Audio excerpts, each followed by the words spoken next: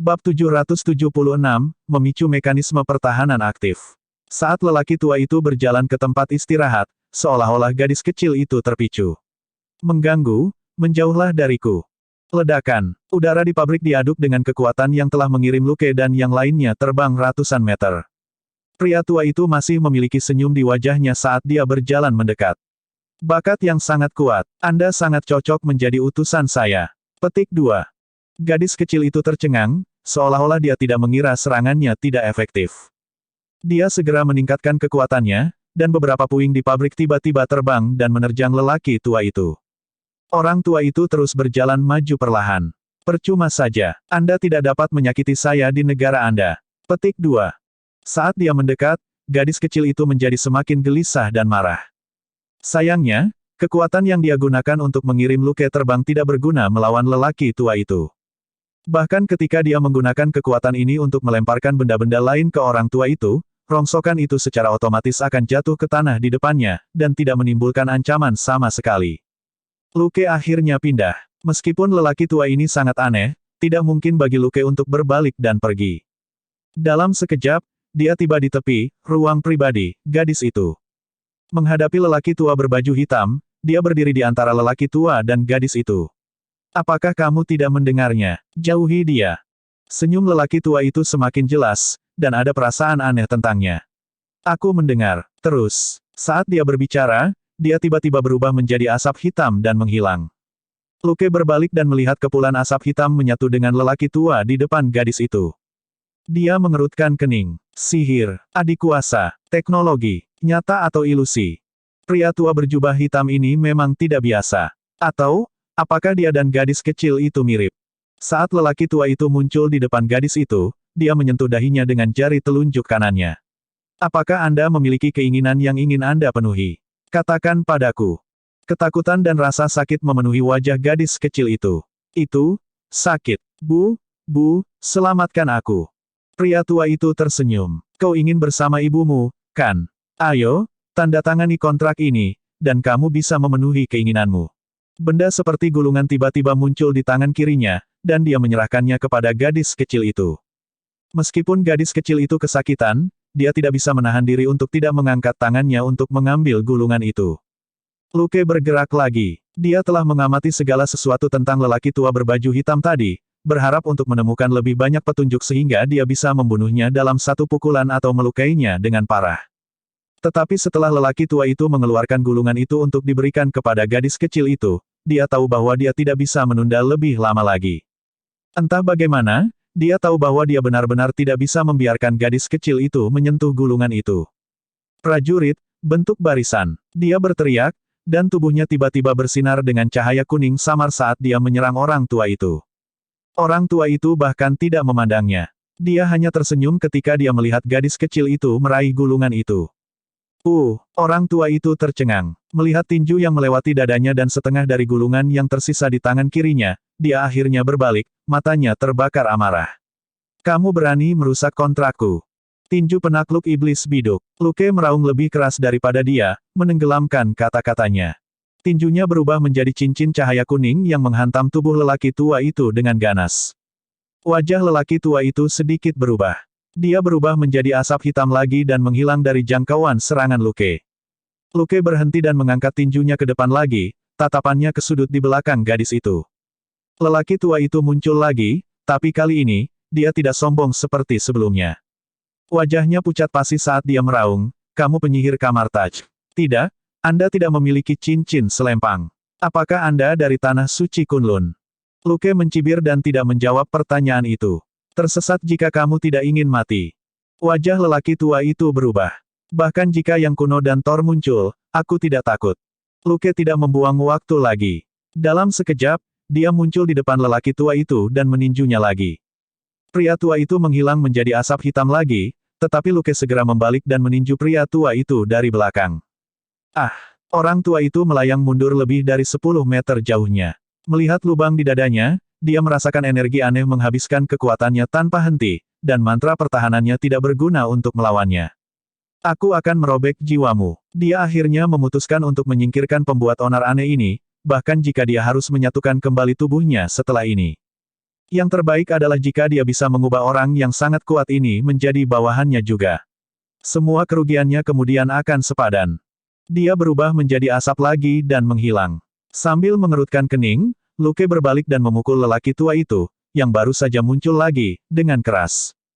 Meskipun lelaki tua itu tampak kesakitan, dia tidak menghindar sama sekali kali ini. Tangannya berubah menjadi asap hitam yang menempel di tubuh Luke. Biarkan aku melihat seperti apa jiwamu. Pria tua itu menyeringai mengerikan. Tinju Luke bersinar kuning lagi. Tinju peledak biduk. Tubuh lelaki tua itu tidak berhenti bengkok dan hancur karena dirobek menjadi asap hitam oleh bayangan kepalan tangan yang tak terhitung jumlahnya, tetapi dia benar-benar tersenyum. Ah, jadi kamu sudah menandatangani kontrak. Biarkan aku melihat siapa tuanmu. Pada saat itu, bibir Luke berkedut saat dia melihat peringatan sistem yang tiba-tiba.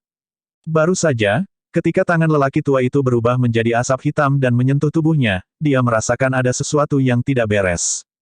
Pria tua itu telah menyentuhnya meskipun berisiko terluka. Juga, meskipun gadis kecil itu dalam keadaan semi-transparan, dia masih harus melindunginya. Sudah terlambat baginya untuk menghindar, jadi dia hanya bisa menyiapkan kartu trufnya. Tapi saat asap hitam menyentuhnya, Dedi Sistem tiba-tiba mengirimkan peringatan. Sistem, energi jahat yang tidak diketahui terdeteksi mencoba menautkan dengan host. Mekanisme pertahanan aktif telah diaktifkan. Mekanisme pertahanan aktif membutuhkan poin kredit. Silakan pilih jumlah poin kredit yang akan digunakan, 5 garis bawah garis bawah garis bawah garis bawah. Itu benar, sistem telah mengeluarkan peringatan kali ini, bukan hanya pengingat. Melihat nama, mekanisme pertahanan aktif, Luke tahu bahwa ini adalah situasi yang berbahaya. Sistem, yang telah ditutup selama 10.000 tahun dan tidak pernah mengambil inisiatif untuk berbicara apapun yang terjadi, sekarang mengambil inisiatif untuk membela diri, yang memaksimalkan rasa krisis Luke. Benar saja, pria tua berbaju hitam ini adalah masalah besar. Luke bahkan akan mengatakan bahwa lelaki tua ini adalah bos top yang telah melampaui beberapa level. Melihat 4 spasi yang mengikuti angka 5, Luke tentu saja tahu apa yang dimaksud dengan Dedi System. Jelas meminta setidaknya 50.000 poin kredit untuk mengaktifkan mekanisme pertahanan. Tanpa ragu-ragu, Luke mengisi slot kosong dengan pikiran, 59.500. Bab 777, Aku Ayahmu. Untuk apa poin kredit? Meskipun mereka digunakan sebagai mata uang untuk membeli kemampuan, pada akhirnya, itu masih merupakan kemampuan yang digunakan Luke untuk melindungi dirinya sendiri. Sekarang, dia secara alami memilih untuk menggunakan semua poin kreditnya untuk menjaga dirinya tetap hidup. Jika dia tidak bisa berurusan dengan orang tua ini, dia bahkan tidak akan bisa membeli kemampuan yang sesuai dengan sisa poin kreditnya untuk membalikkan keadaan. Setelah berurusan dengan lelaki tua berjubah hitam ini, dia akan punya banyak waktu untuk mendapatkan kembali poinnya. Karena itu, dia memasukkan semua poin kreditnya ke dalam moncong sistem tanpa ragu-ragu dan meraung, "Aku ayahmu." Pada saat itu, lelaki tua berbaju hitam baru saja berkata, "Kamu telah menandatangani kontrak." Cahaya keemasan yang pekat dan gelap tiba-tiba keluar dari tubuh Luke untuk dengan cepat melakukan kontak dengan tangan lelaki tua itu, sebelum menyebar. Dalam sekejap mata, cahaya keemasan gelap berubah menjadi benang emas gelap yang tak terhitung jumlahnya yang melilit lelaki tua itu seperti jaring besar. Seringai pria tua itu menegang. Sesaat kemudian, dia berteriak ketakutan, "Apa ini? Ah! Apa-apaan ini? Kenapa bisa membakar jiwaku?" Saat dia berteriak, tubuh lelaki tua itu tiba-tiba berubah menjadi asap hitam saat dia mencoba melarikan diri dari jaring emas gelap. Dalam sekejap mata, asap hitam menabrak jaring emas gelap 1000 kali saat mencoba mencari cara untuk melarikan diri. Tetapi bahkan ketika jaring cahaya semakin tipis saat dia menabraknya, tekanannya semakin kuat. Asap hitam tahu bahwa jika ini terus berlanjut, tubuhnya akan kehabisan energi, dan bahkan kepingan jiwa dalam tubuh ini akan terperangkap oleh jaring. Dia tidak pernah menjadi ahli dalam pertempuran langsung, dia juga tidak ingin kehilangan fragmen jiwa di tubuh ini tanpa alasan. Tanpa ragu-ragu, asap hitam tiba-tiba menyusut menjadi titik, tetapi jaring cahaya keemasan gelap tidak menyerah dan terus menekan titik hitam itu. Orang tua itu sangat marah. "Mari kita lihat bagaimana saya berurusan dengan Anda ketika Anda memasuki domain saya." Sebuah lubang kecil tiba-tiba muncul di dekat titik hitam, dan titik hitam itu menyusut lagi sehingga cukup kecil untuk memasukkan dirinya ke dalam lubang kecil itu. Saat berikutnya, jaring emas gelap tiba-tiba menghilang, dan titik hitam melewati lubang dan menghilang dari pabrik. Dengan penglihatannya yang tajam, Luke secara alami dapat melihat bahwa jaring emas gelap dan titik hitam yang telah dijebaknya belum hilang. Sebaliknya, mereka menyerbu ke dalam lubang dan memasuki tempat di sisi lain. Hidung tajam juga bisa mendeteksi bau belerang di mana lubang itu menghilang. Tapi itu saja. Beberapa detik kemudian, Luke dengan kasar menebak apa yang terjadi. Sistem, hancurkan tiruan Raja Iblis Mephisto dan luka parah tubuh utama Mephisto, mencegahnya turun ke bumi dalam 10 tahun. Lengkap.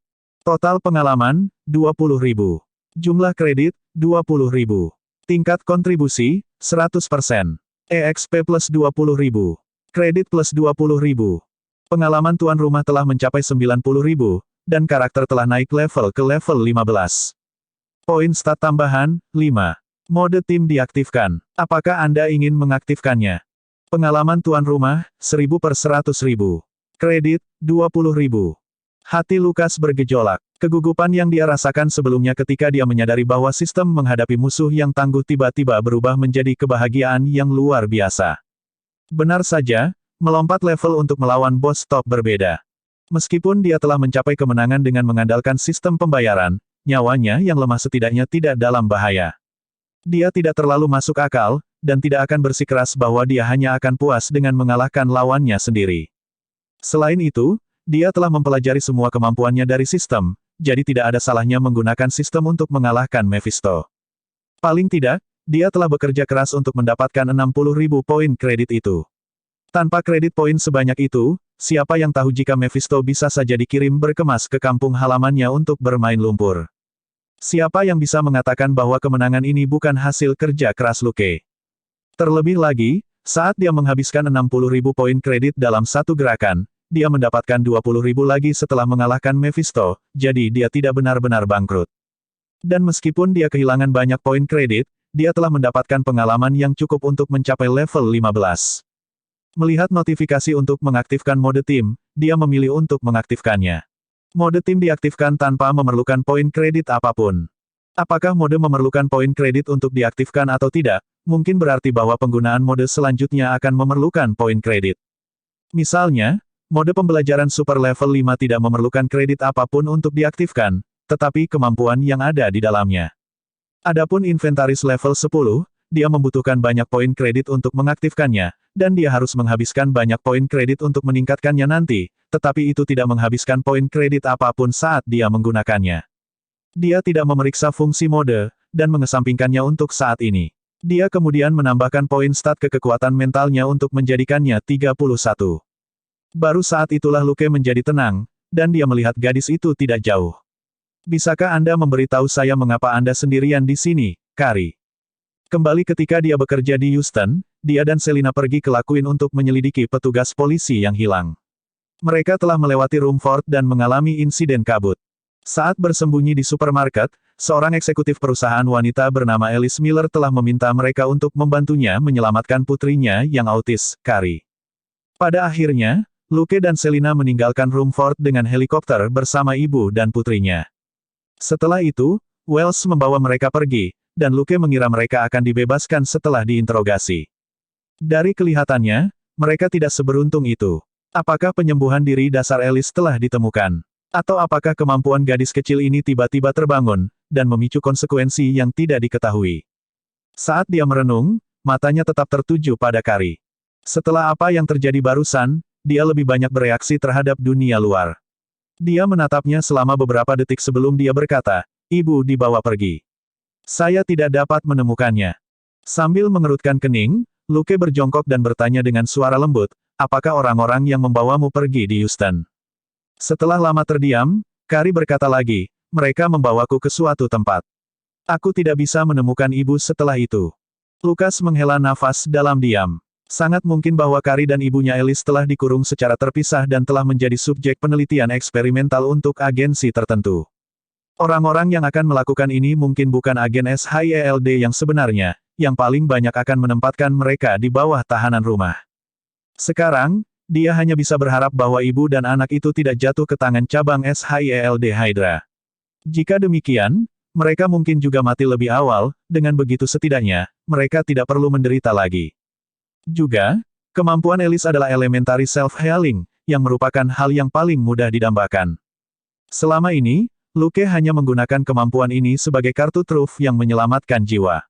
Dia telah melakukan yang terbaik untuk menyembunyikannya jika itu menarik perhatian. Itu adalah item 3 in 1 yang bisa menyelamatkan hidup seseorang, menjaga kesehatan dan memperpanjang umur seseorang, tidak banyak orang yang tidak menginginkannya. Bab 778, Janji Pinky, Segel dan Sumpah. Saat dia memikirkan ini, Luke mengulurkan tangannya. Bolehkah aku memeriksa tubuhmu?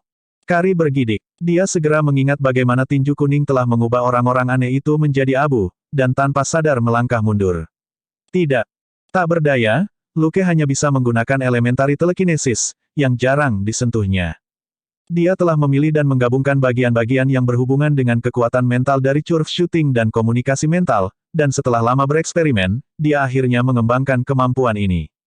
Ini juga merupakan kemampuan dasar pertama yang dia kembangkan sendiri dan yang telah diakui oleh sistem.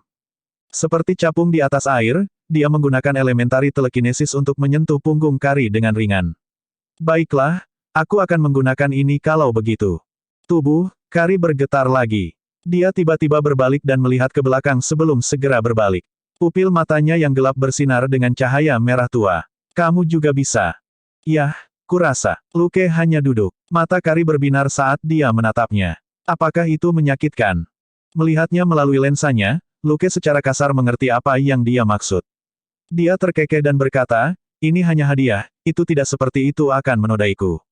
Kenapa harus sakit? Anda tahu? Ketika beberapa orang membangkitkan bakat mereka, mereka berubah menjadi monster jelek, sekarang itu akan menyakitkan. Kari berseru kaget, menjadi jelek. Lukas mengangkat bahu. Kami termasuk dalam kelompok kekuatan mental, yang memiliki dampak negatif yang sangat kecil pada penampilan fisik kami. Di sisi lain, saya telah melihat orang-orang yang merupakan bagian dari kelompok kekuatan fisik yang terlihat seperti kadal atau patung logam. Kari tanpa sadar menggelengkan kepalanya. Tidak. Aku tidak menginginkan itu. Luke merasa geli. Bermimpilah, kamu mungkin tidak akan mendapatkan kesempatan untuk mendapatkan buff fisik. Jika Anda ingin menjadi jelek, Anda bisa memakai riasan badut. Petik 2. Kari menggelengkan kepalanya lebih keras. Tidak ada riasan badut. Bahkan saat dia berbicara, ketakutan dan rasa sakit di hatinya terus memudar. Setiap kali Luke berbicara, dia merasa sedikit lebih santai. Emosi negatif yang dia kumpulkan selama periode waktu ini juga berkurang, dan dia menjadi sedikit lebih jernih. Bisakah kamu membantuku menemukan ibuku? Luke berkata, kalau begitu aku perlu tahu apa yang terjadi pada ibumu. Mungkin aku bisa menyelamatkannya. Dia berhenti sejenak sebelum melanjutkan, tapi kamu benar-benar tidak boleh membiarkan dirimu tergoda oleh lelaki tua aneh itu. Anda akan menerima kontrak orang tua itu sekarang, kan? Petik 2. Kari ragu-ragu. Tapi ketika dia menyentuh kepalaku, mau tak mau aku ingin mencari ibu. Luke punya beberapa tebakan tentang itu. Dia berkata, saya akan mencoba yang terbaik untuk menemukan ibumu. Anda melihat kemampuan saya sekarang. Paling tidak, saya memiliki peluang lebih tinggi untuk berhasil daripada orang lain. Petik 2. Menggigit bibirnya, Kari mengangkat tangannya dan menjulurkan kelingkingnya. Anda berjanji. Luke tersenyum dan mengaitkan kelingkingnya dengan kelingkingnya. Janji merah muda. Kelingking masih terpaut satu sama lain, mereka mengatupkan ibu jari mereka. Disegel, kata Kari. Mereka melepaskan dan mengangkat ibu jari mereka. Luke berkata, sumpah. Akhirnya, mereka menyilangkan jari dan berkata, itu tidak akan berubah. Ini adalah permainan kecil yang sering dimainkan anak-anak, dan juga digunakan sebagai upacara kesepakatan antara orang dewasa dan anak-anak. Setelah melepaskan, Kari santai. Terima kasih. Aku akan menunggumu menemukan ibu. Saat dia berbicara, tubuhnya tiba-tiba menjadi kabur, terpelintir, dan menghilang ke udara tipis. Setelah hening sejenak, Luke meninggalkan pabrik. Tentu saja, dia tahu ada yang tidak beres dengan situasi Kari. Dia tidak memiliki aroma, tidak ada napas, dan tidak ada detak jantung. Seperti Mephisto, dia ada di antara kenyataan dan ilusi. Luke hanya bisa berdoa agar gadis itu tidak mati dan berubah menjadi roh pendendam. Yang terbaik adalah jika itu hanya kemampuannya. Sama seperti lelaki tua berjubah hitam, yang hanya merupakan klon Mephisto, mungkin ini hanyalah salah satu klon Kari. Luke memang berencana untuk mengurus masalah ini dengan Alice dan Kari. Penyembuhan diri dasar yang dimiliki Carol dan Alice adalah kemampuan menyelamatkan nyawa yang dipelajari Luke sesekali.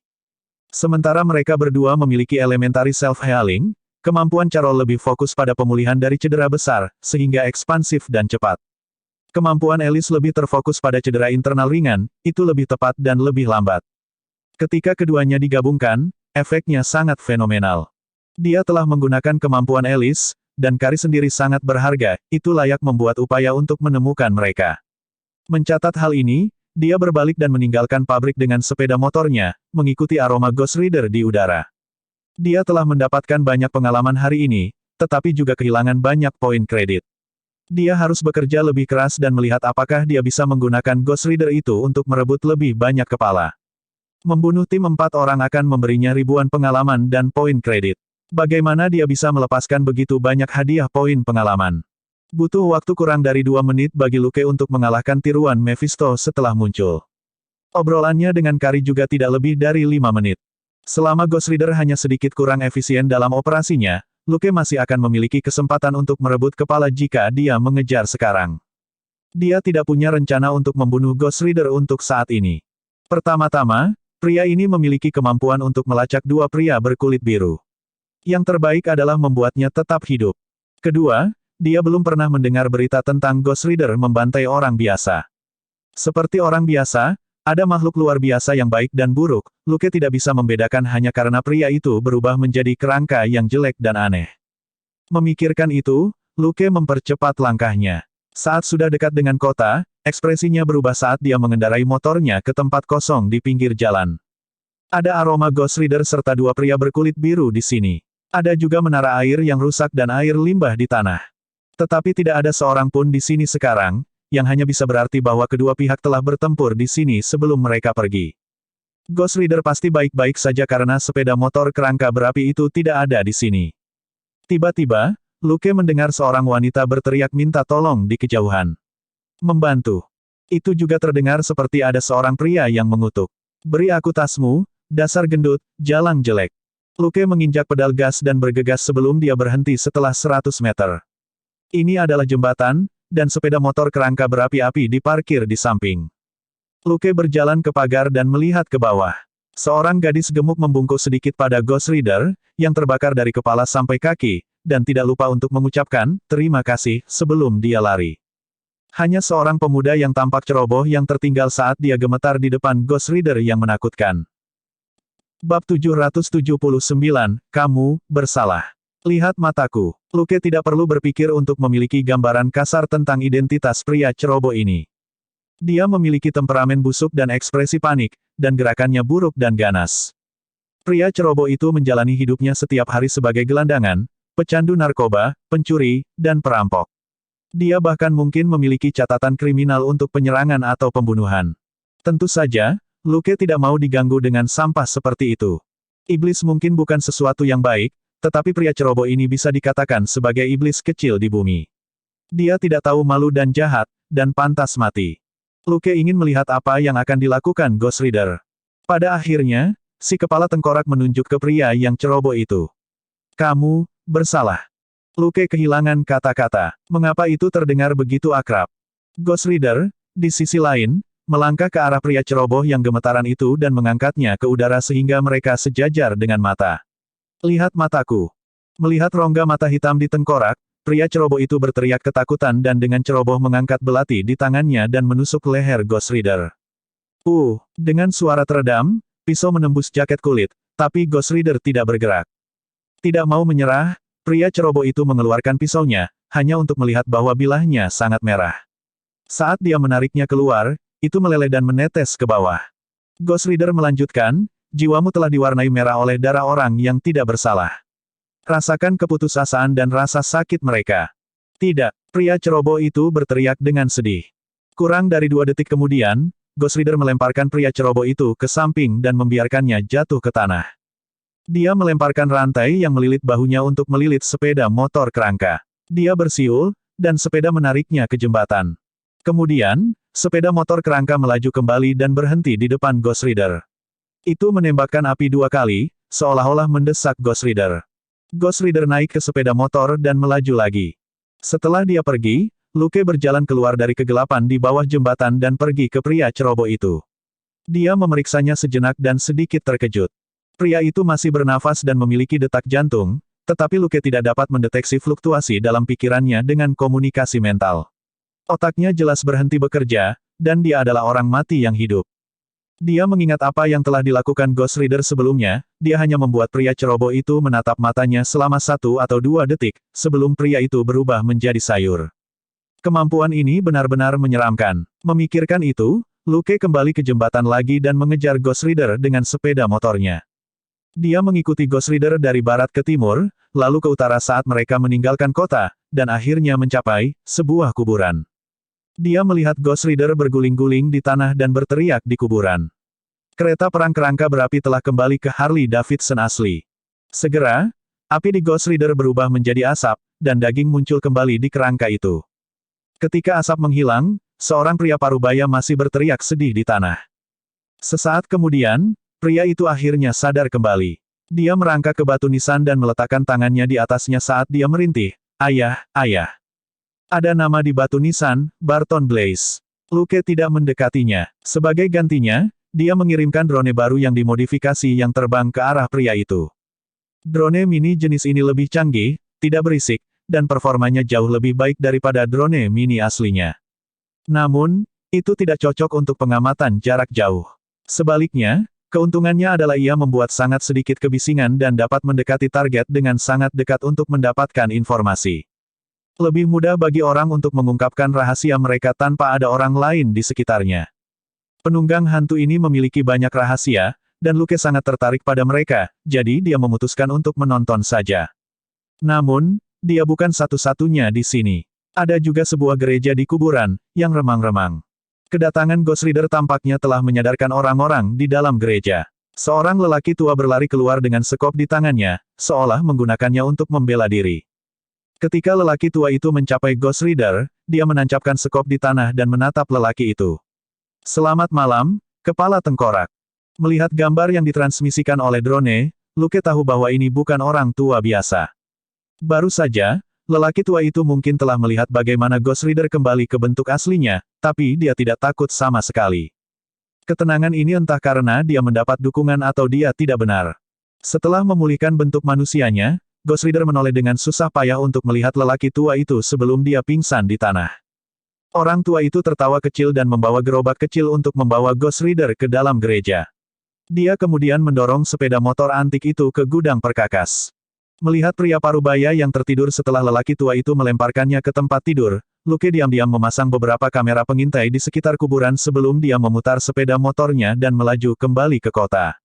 Sekarang ada kamera pengintai di sekitar gereja tempat lelaki tua dan lelaki parubaya itu berada, serta 2 drone mini di dalamnya.